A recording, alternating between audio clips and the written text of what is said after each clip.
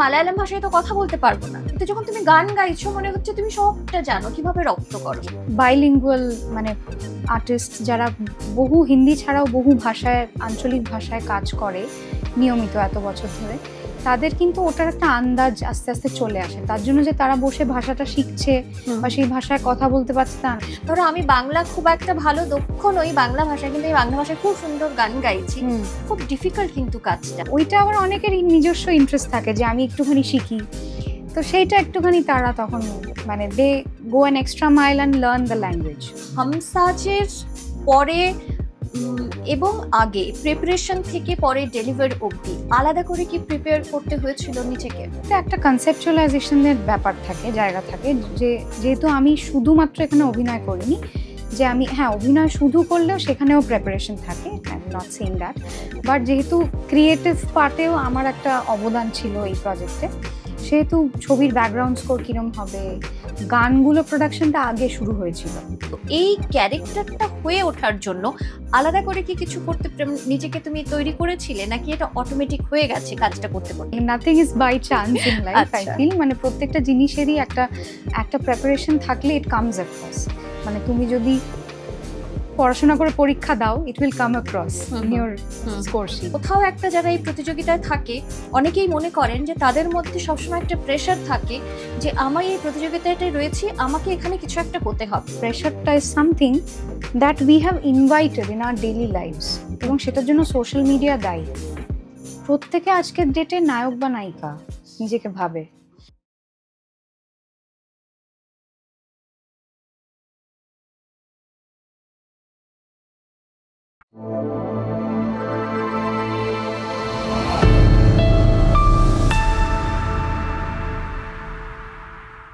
Reality show থেকে সফর শুরু হয়েছিল, তারপর একাধিক ভাষায় গান এবং সঙ্গীত পরিচালনার ক্ষেত্রেও কিন্তু বেশ অবদান রয়েছে। তার পাশাপাশি এখন তিনি অভিনেত্রী।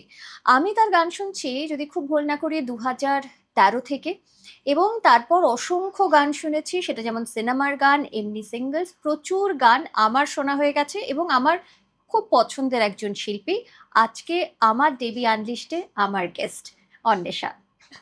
কেমন আছো অন্বেষা? সুইট ইন্ট্রোডাকশন, খুব ভালো আছি। তুমি কেমন আছো? আমি ভালো আছি। তুমি বললাম একদম, প্লিজ তুমি বলো। ভালো আছি। আর যখন আমাদের যে পুরো এই গেস্ট কোঅর্ডিনেশন বা সবটা যে দেখে পারমিতা, ও যখন বললো তুমি আসছো আমাদের এই শোয়ে, তখন আরো খানিকটা ভালো হয়ে গেছি যে অ্যাটলিস্ট সামনাসামনি তোমার গান শুনতে পারবো, তোমার সঙ্গে কথা বলতে পারবো, আড্ডা দিতে পারবো। সো আরো ভালো লাগার জায়গা এটা। Thank you, thank you. আচ্ছা, এই যে আমি যখন শুরুতে ভাবছিলাম যে এতগুলো ভাষায় তুমি গান গেয়েছো, বাঙালি যদিও জন্ম, কিছুক্ষণ আগে তোমার সঙ্গে কথা হচ্ছিল তখন বলছিলে তোমার জন্ম মুম্বাইয়ে, মানে মহারাষ্ট্রে, কিন্তু তুমি বাঙালি, তারপর কলকাতায় তোমার থাকা। কিন্তু দক্ষিণের ভাষায় গান গেয়েছো, হিন্দিতে তো গাচ্ছই, বাংলা এছাড়া অন্যান্য আরো বেশ কিছু ভাষায় গান গেয়েছো। এই ভাষাগুলো কি করে রপ্ত করো? আমার মনে হলো প্রথমে এই কোয়েশ্চেনটা দিয়ে শুরু করি, যে এই ভাষাগুলো, যে ভাষাটা তুমি হয়তো আমরা খুব ভালো বলতেও পারি না, মানে মালায়ালাম ভাষায় তো কথা বলতে পারবো না, কিন্তু যখন তুমি গান গাইছো মনে হচ্ছে তুমি সবটা জানো, কিভাবে রপ্ত করো? না, অ্যাজ ফার অ্যাজ বলতে পারা ইজ কনসার্নড, বাংলা, হিন্দি, ইংরেজি ছাড়া আমিও কোনো ভাষায় ফ্লুয়েন্টলি কথা বলতে পারবো না। ফ্লুয়েন্টলি কেন, মানে তার জন্য আমাকে ভাষাটা শিখতে হবে। বাট গান গাওয়ার ক্ষেত্রটা আলাদা, কারণ গান মানে প্রফেশনাল সিঙ্গারদের অনেক ক্ষেত্রেই, আমার সিনিয়রদের মধ্যে অনেকে যারা বাইলিঙ্গুয়াল মানে আর্টিস্ট, যারা বহু হিন্দি ছাড়াও বহু ভাষায় আঞ্চলিক ভাষায় কাজ করে নিয়মিত এত বছর ধরে, তাদের কিন্তু ওটার একটা আন্দাজ আস্তে আস্তে চলে আসে। তার জন্য যে তারা বসে ভাষাটা শিখছে বা সেই ভাষায় কথা বলতে পারছে তা না। ইনফ্যাক্ট একটা খুব মজার বিষয়, আমার তেলেগুতে গানের সংখ্যা একটু বেশি। সাউথের সবকটা ল্যাঙ্গুয়েজেই গান আছে, কিন্তু তেলেগুতে খুব নিয়মিত গাই, সেই জন্য হায়দ্রাবাদে একটা ভালো ফ্যান বেস আছে আমার। তো অনেক তেলেগু যারা আর কি ফ্যান্স, তারা অনেকে ভাবে যে I can speak in Telugu, মানে গান শুনে মনে হয় অ্যাজ ইফ বাবা এত পারফেক্ট প্রোনাউন্সিয়েশন নিশ্চয়ই বলতে পারে। তো অনেকেই ধারণাটা করে নেয়, কিন্তু সেটা একদমই না, সেটা ভুল। মানে আমি এই ল্যাঙ্গুয়েজগুলো বলতে পারি না, বাট গাওয়ার ক্ষেত্রটা আলাদা। ওখানে আমাদের অবভিয়াসলি স্টুডিওতে মিউজিক ডিরেক্টর তিনি নিজে গাইড করেন, এবং ডিকশন গাইড করারও যে লিখেছে, গান লিখেছে, আরও অনেক লোক থাকে, এবং তারও পরে তো আলটিমেটলি সিঙ্গারকেই এক্সিকিউট করতে হয়, সেটা তো মাইকে এসে অন্য কেউ করে দেবে না। তো সেইটা নিজেকেই আমি কত তাড়াতাড়ি গ্রাস্প করতে পারছি, এবং ঠিক মতো ডেলিভার না করলে অবভিয়াসলি তখন সেই ল্যাঙ্গুয়েজে আমাকে আর ডাকবে না, তো সেটা আমাকে ঠিক মতো ডেলিভার করতেই হয়। একদম, মানে যখন আমরা ধরো লতা মঙ্গেশকরের গান শুনি, বাংলা গানগুলো, তখন মনে হয় যে উনি তো ফ্লুয়েন্টলি বাংলায় কথা বলতে পারেন, তবেই এই গানটা উনি মানে এত সুন্দর করে উচ্চারণ করে গাইতে পারছেন। আশা ভোসলের ক্ষেত্রেও তাই। এবং যখন এই যে তোমাদের গানগুলো শুনি, বা তুমিও এত সুন্দর ওই দক্ষিণী ভাষায় গানগুলো করো, তখন মনেই হয় না যে ল্যাঙ্গুয়েজটার সম্বন্ধে, মানে ধরো আমি বাংলা খুব একটা ভালো দক্ষ নই বাংলা ভাষায়, কিন্তু এই বাংলা ভাষায় খুব সুন্দর গান গাইছি। খুব ডিফিকাল্ট কিন্তু কাজটা, তো সেখানে তোমাদের বোধহয় রিওয়ার্ড বা রিসার্চ অনেক বেশি করতে হয়। একটু হোমওয়ার্ক করলে নিজের কাজে লাগে, বাট সবটা হোমওয়ার্ক করে it's like on the job training. মানে যতক্ষণ না গিয়ে আমি নিজে মাইকে থ্রোটা দিচ্ছি ততক্ষণ বোঝা যায় না। মানে এবং একটা ল্যাঙ্গুয়েজ বেশি গাইতে গাইতে সেটার অটোমেটিক্যালি, যেমন কিছু ওয়ার্ড তামিলে যেমনি কুঞ্জুম, কাদল, এইগুলো, এই কিছু কিছু শব্দ যেগুলো বেশি ইউজ হয়, তখন সেইগুলোর অল্প অল্প মানে বা অল্প অল্প কিছু, যে আমার এক বন্ধু আছে, is one of my best friends in the industry, Abhay Jodhpurkar. ও হিন্দিতে তো ওর হিট গান আছেই, ও তামিলেও প্রচুর কাজ করে, এবং চেন্নাইতে দীর্ঘদিন he has worked with Rahman sir. তো সেই সুবাদে ওর কিন্তু মানে তামিল ভাষাও অল্প অল্প বলতে পারে, ও কিন্তু আমার মতো নয়। তো আমি ওকে বলেছি তুই কি করে গ্রাস্প করেছিস। তো ওইটা আবার অনেকেরই নিজস্ব ইন্টারেস্ট থাকে যে আমি একটুখানি শিখি, তো সেইটা একটুখানি তারা তখন মানে they go an extra mile and learn the language. একদম। আমরা না আজকে, আমি প্রথমে ভাবছিলাম তোমার সঙ্গে যখন কথা বলবো তোমার ছোটবেলা থেকে শুরু করব, তারপরে এখন মনে হলো না, এখন থেকে আমরা একটু ব্যাকের দিকে যদি ফিরে যাই, একটু ফ্ল্যাশব্যাকে যাই। তো প্রথমে আমরা রিসেন্ট পাস্টে যেগুলো হয়েছে সেগুলো নিয়ে একটু কথা বলি, তার মধ্যে নতুন যেটা তোমার অ্যাচিভমেন্ট বলো, তোমার একটা নতুন পদক্ষেপ বলো, সেটা হলো অভিনেত্রী হিসেবে তোমার আত্মপ্রকাশ, এবং সেটা হাম সাজে, তাই তো? এবং সেখানে তুমি গান গেয়েছো, তোমার গানের পুরো পার্টটাই তোমার নিজস্ব একান্ত ব্যক্তিগত জায়গা থেকে করেছো আর কি, পুরোটাই তোমার। তো এই হামসাজের পরে এবং আগে প্রিপারেশন থেকে পরে ডেলিভার অবধি আলাদা করে কি প্রিপেয়ার করতে হয়েছিল নিজেকে? আগে পরে বলতে একটা কনসেপচুয়ালাইজেশনের ব্যাপার থাকে, জায়গা থাকে, যে যেহেতু আমি শুধুমাত্র এখানে অভিনয় করিনি, যে আমি হ্যাঁ অভিনয় শুধু করলেও সেখানেও প্রিপারেশন থাকে, I am not saying that, but যেহেতু ক্রিয়েটিভ পার্টেও আমার একটা অবদান ছিল এই প্রজেক্টে, সেহেতু ছবির ব্যাকগ্রাউন্ড স্কোর কিরম হবে, গানগুলো প্রোডাকশনটা আগে শুরু হয়েছিল, সেটা হতে হতে তারপর কনসেপচুয়ালাইজ হলো যে যদি সিঙ্গাররাই অভিনয় করে, তারপর singers came on board, singers and musicians, এবং তারা যাতে নাচতেও পারতে পারে অল্প অল্প। তো এরকম অবভিয়াসলি আমার যে অপোজিটে ছিল তাকে বাদ দিয়ে আমি বলছি, he is not a singer, ও ফ্যাশন ওয়ার্ল্ডের, বাট তা বাদ দিয়ে কিন্তু রেস্ট অফ দ্য কাস্ট সবাই মিউজিশিয়ানসই ছিল। তো সেইটা আমাদের একটা পাওয়া বলতে পারো, যে ভারতবর্ষে এই জনরের ছবি খুব একটা আমি দেখিনি, যেখানে হয়েছে হয়তো আগে কখনো, কিন্তু মানে যেখানে পর্দায় যাদের অভিনয় করতে দেখছি, basically there is no concept of playback, যাদের অভিনয় করতে দেখছি তাদেরই গলাটা বাজছে পেছনে। তো it is a less explored genre, I would say. আমি বলবো না যে হয়ইনি কখনো, বাট লেস এক্সপ্লোর্ড ডেফিনেটলি। তো ইন্ডিয়াতে আরো হওয়া উচিত, এবং হামসাজ এরকম একটা প্রজেক্টের মধ্যে ওয়ান অফ আ কাইন্ড সেই দিক দিয়ে, এবং I could be a part of it. এবং প্রেপারেশন থেকে এক্সিকিউশন অব্দি একটা যেটা ফিলিং হচ্ছিল রিলিজের আগে, যে এতদিন ধরে জিনিসটা আমাদের খুব পার্সোনাল ছিল, ইট ওয়াজ এ ভেরি পার্সোনাল জার্নি, মানে আমাদেরই বাচ্চার মতো যারা তৈরি করেছি এবার সবার কাছে চলে যাবে। তো ওটা একটা অদ্ভুত একটা নার্ভাস যে আমার খুব লেগেছে তা না, বিকজ যারা হয়তো ফুল ফ্লেজেড ফিল্ম স্টার্স তাদের হয়তো শুক্রবার আসলেই ছবি রিলিজ হওয়ার আগে খুব নার্ভাস লাগে, আমার খুব নার্ভাস লাগেনি, বাট আমি এক্সাইটেড ছিলাম যে মানুষ কিভাবে রিয়াক্ট করে এরকম একটা ছবি দেখে, যেখানে সবাই গান করেছে, তারাই পাঠ করেছে।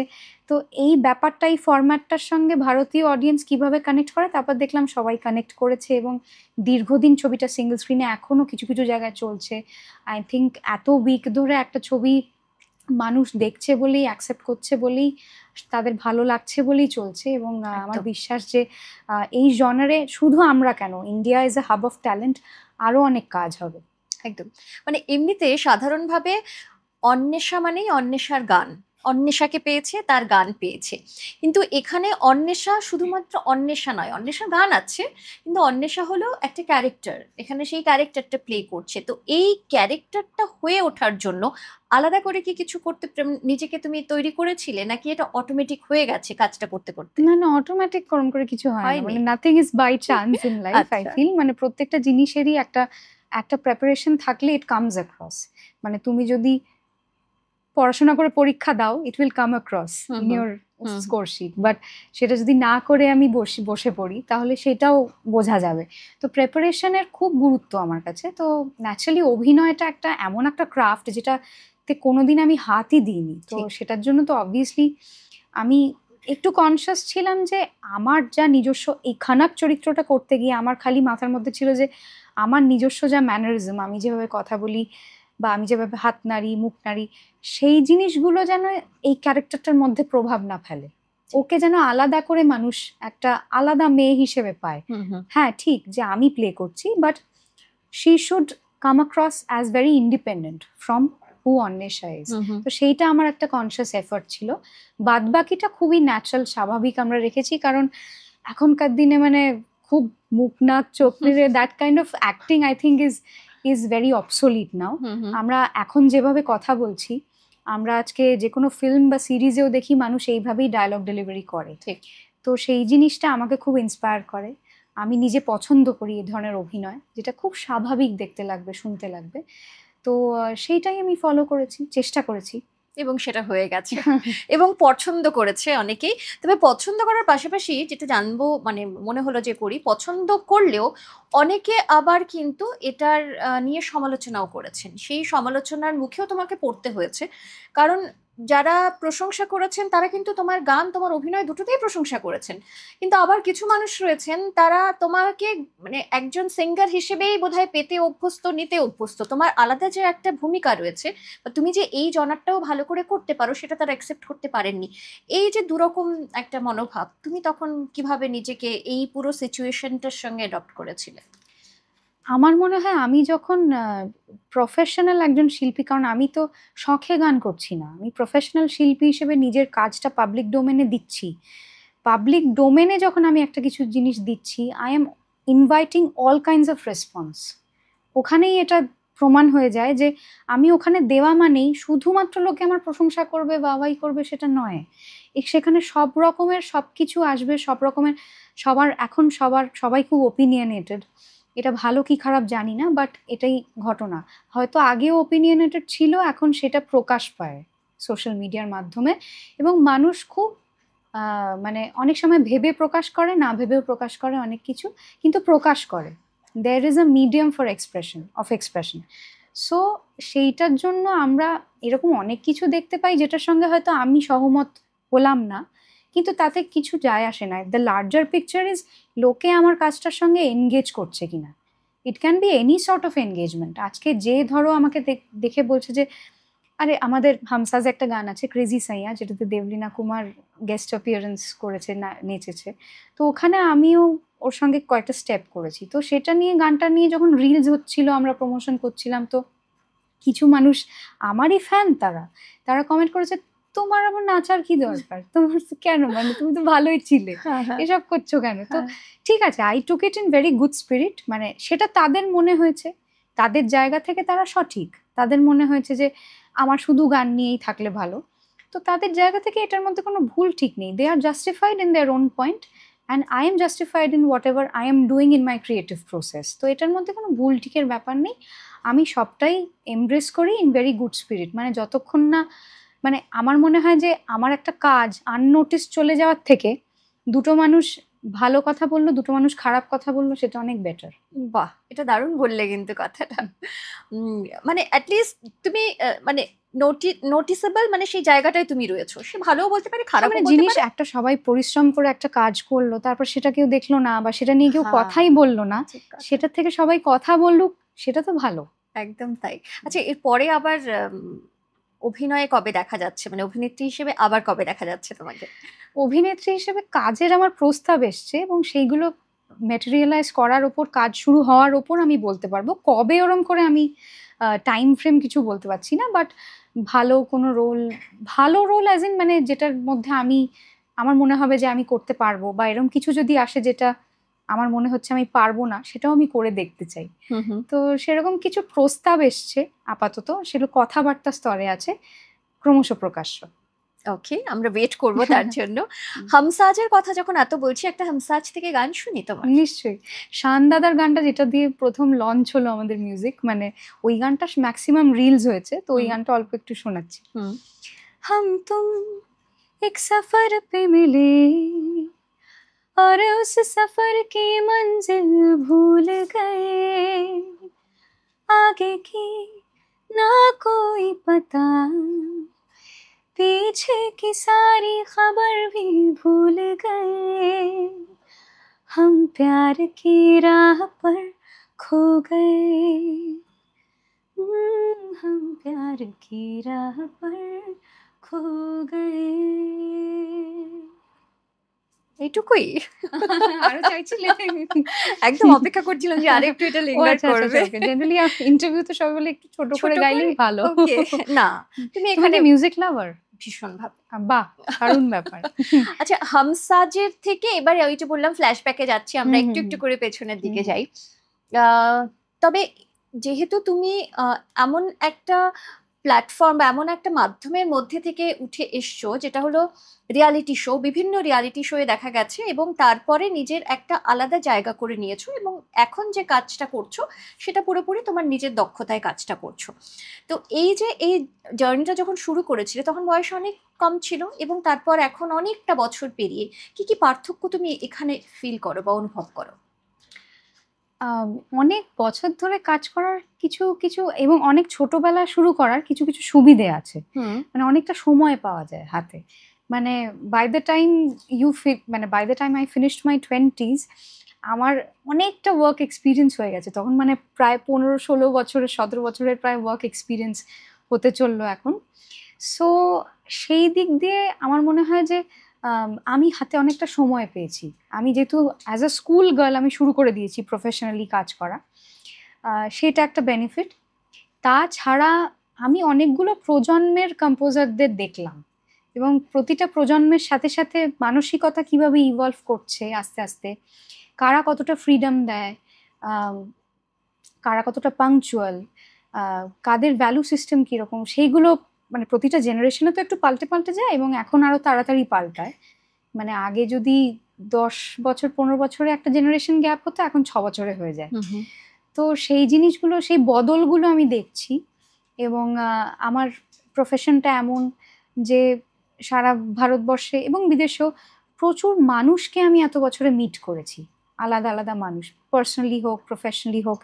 প্রফেশনালি বলবো, প্রচুর মানুষ মিট করার জন্য তাদের অভিজ্ঞতা থেকে অনেক কিছু লার্নিং আসে, তারা যখন শেয়ার করেছে কথা প্রসঙ্গে, এবং বিভিন্ন গুণী শিল্পী মানে সিনিয়র শিল্পীদের মিট করেছি, তাদের কথা থেকে, তাদের লাইফ এক্সপিরিয়েন্স থেকেও কিছু যতটা আমার পক্ষে ইমবাইব করা সম্ভব, বা যেটা মনে হয়েছে যে বা এটা তো ইন্সপায়ারিং, তখন সেটা নিয়েছি, শিখেছি।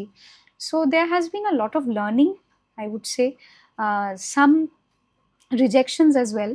সেইগুলো খুব আমার মনে হয় যে এখন দাঁড়িয়ে মনে হয় যে যখন হয়েছিল যে কোনো একটা গান গাইলাম, বা সেটা বেরোলো দেখলাম বাদ পড়ে গেছে, বা আমার গলাটা নেই, তো সেই জিনিসগুলো কিন্তু পথ চলতে চলতে হেল্প করেছে, মানে for me to grow as a person. মানে তখন আমার মা সেই সেটব্যাকগুলোর সময় যখন আমার খুব মন খারাপ হয়েছে একটা কিছু দেখে, যে খুব মানে মনে হয়েছে যে আরে আশা ছিল যে একটা গান গেয়ে আরে এই গানটা দারুণ একটা গান, এটা যখন সবার কাছে পৌঁছবে দারুণ হবে, কিন্তু যখন বেরোলো দেখলাম সেখানে আমার গলাটা নেই, তো বা হয়তো ছবিটা আটকে গেছে, এরকমও হয়েছে।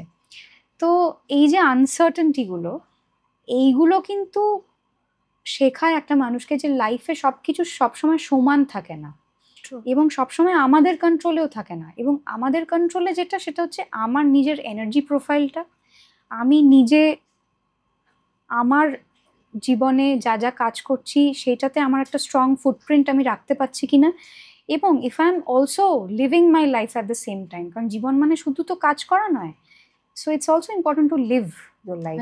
তো সেই জিনিসটা এখন এই বয়সে এসে the person that I have evolved into, সেই জায়গা থেকে আমি এটুকু বলতে পারি যে অনেক কিছু শিখেছি, মানে এত যে অভিজ্ঞতা।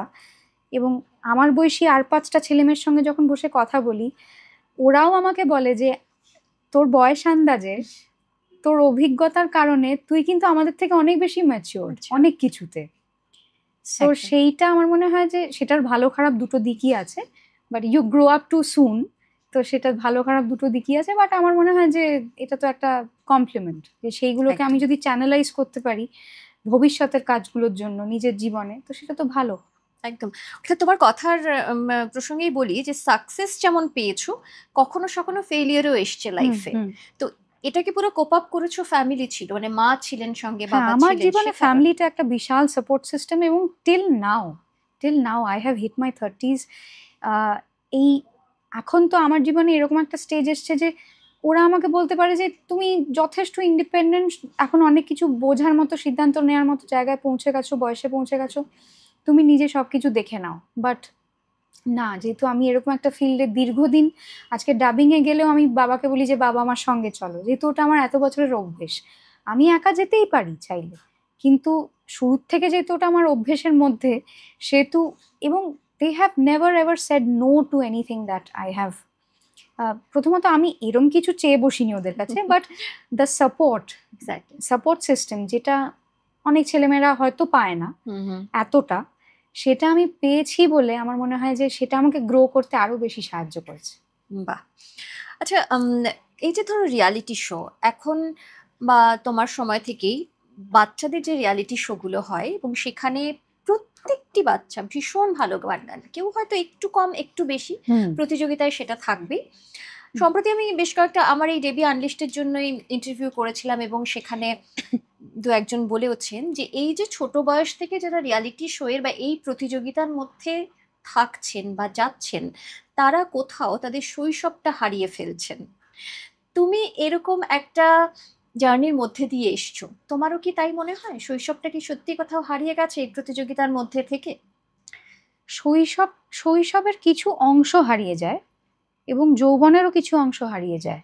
মানে যেই সময়টা আম, একটা 9-10-এর বাচ্চা হয়তো তার মনে হবে একটু বন্ধুদের সঙ্গে আড্ডা মারি, বা কলেজ ইউনিভার্সিটিতে বন্ধুদের সঙ্গে আড্ডা মারি, বা একটা ক্যাম্পাসে গিয়েও সেখানেও একটা আলাদা লাইফ তৈরি হয় মানুষের, সেই জিনিসগুলো আমি এক্সপিরিয়েন্স করিনি। তো যদি সত্যিই বলো যে মিস আউট করেছি কিনা, সেটা যদি পয়েন্ট আউট করতে হয়, তাহলে এই জিনিসগুলো আমি পাইনি। বাট সেটার জন্য আমার আক্ষেপ আছে কিনা, না, সেটার জন্য আমার কোনো রিগ্রেট নেই, কারণ সেটার বদলে আমি যেগুলো পেয়েছি সেটা আবার অনেকে পায় না।